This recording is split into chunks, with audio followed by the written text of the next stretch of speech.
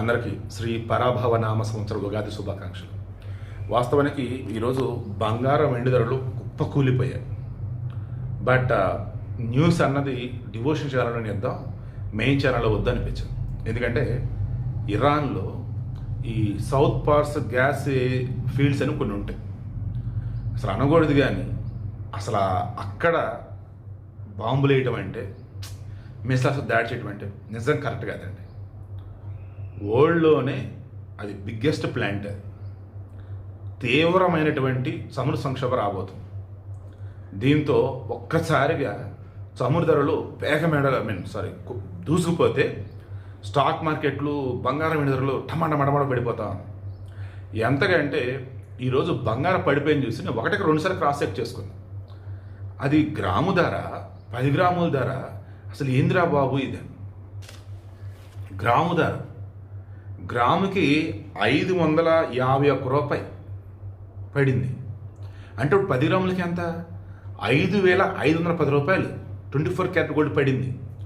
Then మార్కెట్లో 1,51,910 రూపాయలు ఉంది. 22 క్యారెట్ గోల్డ్ 5,050 రూపాయలు పడిపోయింది. 1,39,250 రూపాయలు ఉంది. ఇక 18 క్యారెట్ గోల్డ్ 4,140 రూపాయలు పడిపోయింది. 1,13,930 రూపాయలుగా ఉంది. ఇక వెండి వచ్చేసి 10,000 రూపాయలు పడిపోయింది. 2,65,000 రూపాయలు ఉంది. ఇక ప్లాటినం వచ్చి అది పడిపోయింది. 1,960 రూపాయలు పడిపోయింది 10 గ్రాముల ప్లాటినం వచ్చి. అంటే 60,640 రూపాయలుగా ఉంది 10 గ్రాములు వచ్చి. సో నాకు తెలిసి ఈ 2-3 రోజులలో ఈ అమెరికా ట్రంప్ ఏమంటున్నాడు, ఇజ్రాయెల్ వాడు దాడి చేస్తాడు నాకు తెలియదు ఆ ఇరాన్ గ్యాస్ ఫీల్డ్స్ మీద వాడు అంటాడు. ఇజ్రాయెల్ వాడు అమెరికాకి తెలిసే జరిగింది ఇదని వాడు అంటాడు. ఈలోపు ఈ ఇరాన్ వాడు ఏమంటాడు, సరేరా మా మీద చేశారు కదా, చేయకుండా దాడి చేశారు కదా, ఇక మేమేంటి చూపిస్తాను, వాడు ఖతర్ మీద చేయబోతున్నాడు, కువైట్ మీద చేయబోతున్నాడు.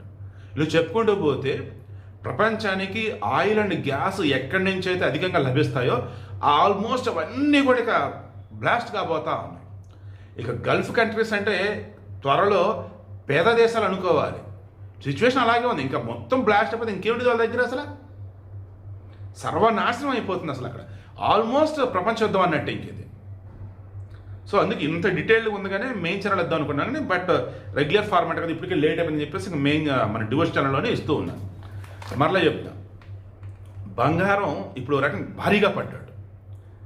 మరికొద్ది రోజులలో భారీగా పెరగవచ్చు, అంత సెట్ అయ్యాక. లేదు ఈ ఇంకా యుద్ధం కంటిన్యూ అవుతుందంటే పడవచ్చు.